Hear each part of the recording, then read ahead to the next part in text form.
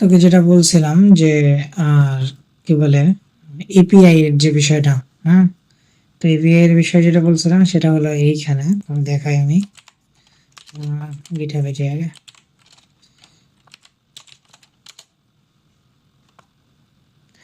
এটা তো আমার রিজিউমে ছিল আর কি, ওই যে সরি রিজিউমে বলতেছি, কি কার্ডের নাম, পোর্টফোলিও। তো পোর্টফোলিওতে এইখানে যে একটা এপিআই ইউজ করছিলাম মনে আছে কি তোর? তো আমি এটাকে .dev দিই সরাসরি।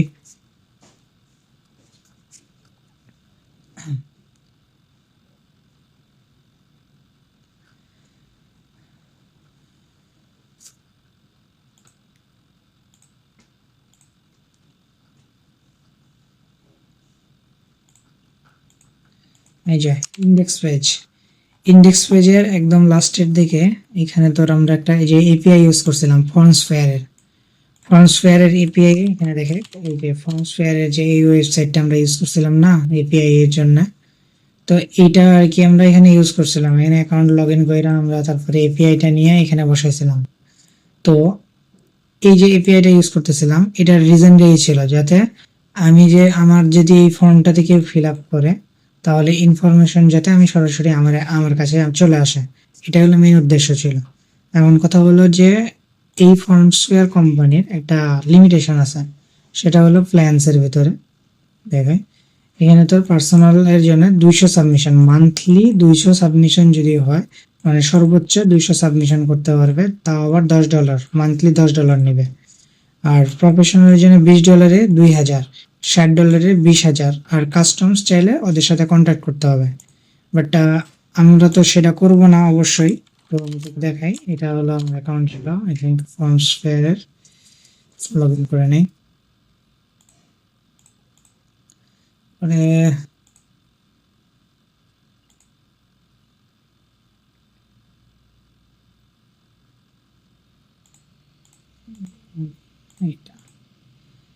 ট্রান্সফার লগ ইন করিলাম। আমরা যে অ্যাকাউন্টটা ইউজ করতেছি সেটা হলো ফ্রি অ্যাকাউন্ট ট্রান্সফার, আর যেটা হলো প্রিমিয়াম। মানে ট্রান্সফারের দুইটা অপশন আছে, একটা প্রিমিয়াম একটা ফ্রি। তো ফ্রি ভার্সনের যেটা সেটার লিমিটেশন হলো এরকম যে এটা অ্যাকাউন্টের ভিতরে গেলেই তুই দেখতে পাবি এই যে মান্থলি সাবমিশন 50, অর্থাৎ যদি তোর মাসে 50টা সাবমিশন হয়ে যায় তাহলে এর চেয়ে বেশি তুই আর ইউজ করতে পারবি না।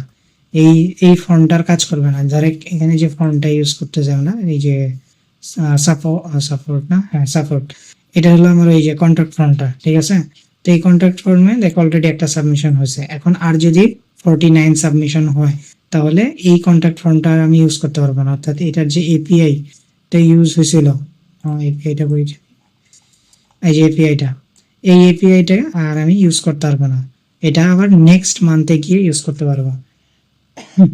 এখন যদি ধরে আমার এখন বড় একটা কোম্পানি হয়ে গেছে, তো এখন সেই সময় আমি কেমনে এই নর্মাল একটা জিনিস ইউজ করব, যে যেখানে আমার মাত্র মাসে 50টা সাবমিশন হবে, এর বেশি করা যাবে না।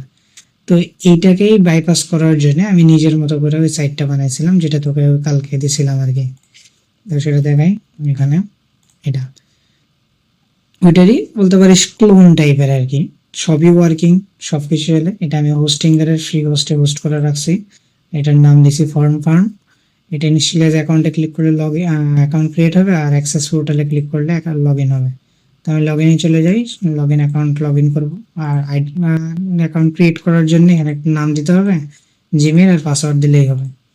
তো দেন অ্যাক্সেস পোর্টালে গিয়ে লগ ইন করলাম আইডি পাসওয়ার্ড দিয়ে। দেন আমি যা আছে সেটাকে আগে ডিলিট করে দিই, এখান থেকে ফর্মে যাব, দেন টার্মিনেট, ওকে একদম সেট আপও করে ফেলবো। এখন ড্যাশবোর্ড হলো এটা, ড্যাশবোর্ডে এই মতো আমার জিরো ইন পয়েন্ট আছে, ইন পয়েন্ট বলতে হলে এপিআই বোঝায় আর কি। তো আমার নিউরাল ইন পয়েন্ট বা এই যে এপিআই ইন পয়েন্ট এপিআই যেটা, সেটা আমার আছে 0। তো এটাকে কেমনে আমি বানাবো? তো এই যে ইনিশিয়ালাইজ নিউ ফর্মে ক্লিক করলেও হবে, অথবা এই বাটনটা যেটা, এটা একটা ফর্ম বাটন, মাই ফর্ম, এটাতে ক্লিক করলে এই অপশনটা আসবে। দেন এখান থেকে ক্রিয়েটর ফার্স্ট নোট বা ইনিশিয়ালাইজ নোট, এখানে ক্লিক করলেও কিন্তু হবে। তো এখানে ফর্মের একটা নাম দিতে হবে, তো আমি তো পোর্টফোলিও নাম দিলাম, পোর্টফোলিও CWT করে ইত্যাদি লিখলাম। দেন কন্ট্যাক্ট ফর্ম, ক্রিয়েট ফর্ম, তাহলে এখানে লিঙ্কটা তৈরি হলো। দেন এই লিঙ্কটাকে কি করলাম, আমি কপি লিঙ্ক করলাম। নাও কপি লিঙ্ক করার পরে আমি এই যে এপিআইটা আমি ইউজ করছিলাম ফর্মসফেয়ারের, এই ফর্মসফেয়ারের এপিআইটা আমি যদি কেটে দিই, আর এই এপিআইটা আমি যেটা কপি করে নিয়ে আসলাম আমার ওয়েবসাইটে সেটা আমি দিয়ে দিই। হ্যাঁ, এটা হয়ে গেল অ্যান্ড সেভ। এরপরে এটাকে আমি যদি কি বলে গিটহাবের মধ্যে আবার পুশ করে দিই, তাহলে কিন্তু কাজ শেষ। এখন কি হবে, গিটহাবে পুশ করার পরে আমি একদম পুশ করে দেখাই, সবগুলো কমপ্লিট করে নিই। দেন এখানে পাইথন কোর্সের ভিতরেও আমার আছে একটা ফর্মসফেয়ারের এপিআই। একটু নিচে যাই,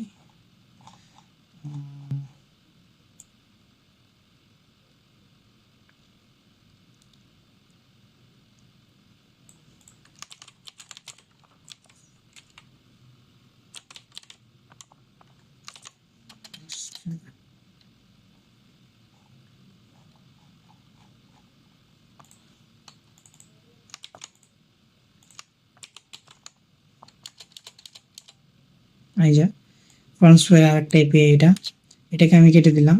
এখানে আমি ইনিশিয়ালাইজ নোডে ক্লিক করে আরেকটা এপিআই বানাবো। এটা হলো আমার ছিল হলো পাইথন কোর্স, এটা সিডব্লিউপি পাইথন কোর্স ছিল। তো এটা আমি আরেকটা ফর্ম বানালাম। তো এটা হলো এইটা পাইথন কোর্সের, এটাকে আমি কপি লিঙ্ক কইরা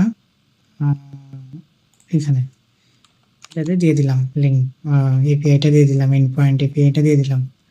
আই থিঙ্ক আমার ওয়েবসাইটের ভিতরে এই দুইটাই ছিল যেটা আর কি ইউজ হয়। তো আমি একবার দেখে নিই ফিউচার ইউজের জন্য এখানে কি আছে, নো সার্টিফিকেটস। হ্যাঁ, এই দুইটাই ছিল, আর কোনোটা নাই। তো আমি দুইটা এপিআই আমি আমার কি বলে আমার এই পোর্টফোলিওতে ইউজ করতেছিলাম, দুইটা এপিআই কমপ্লিট করছি।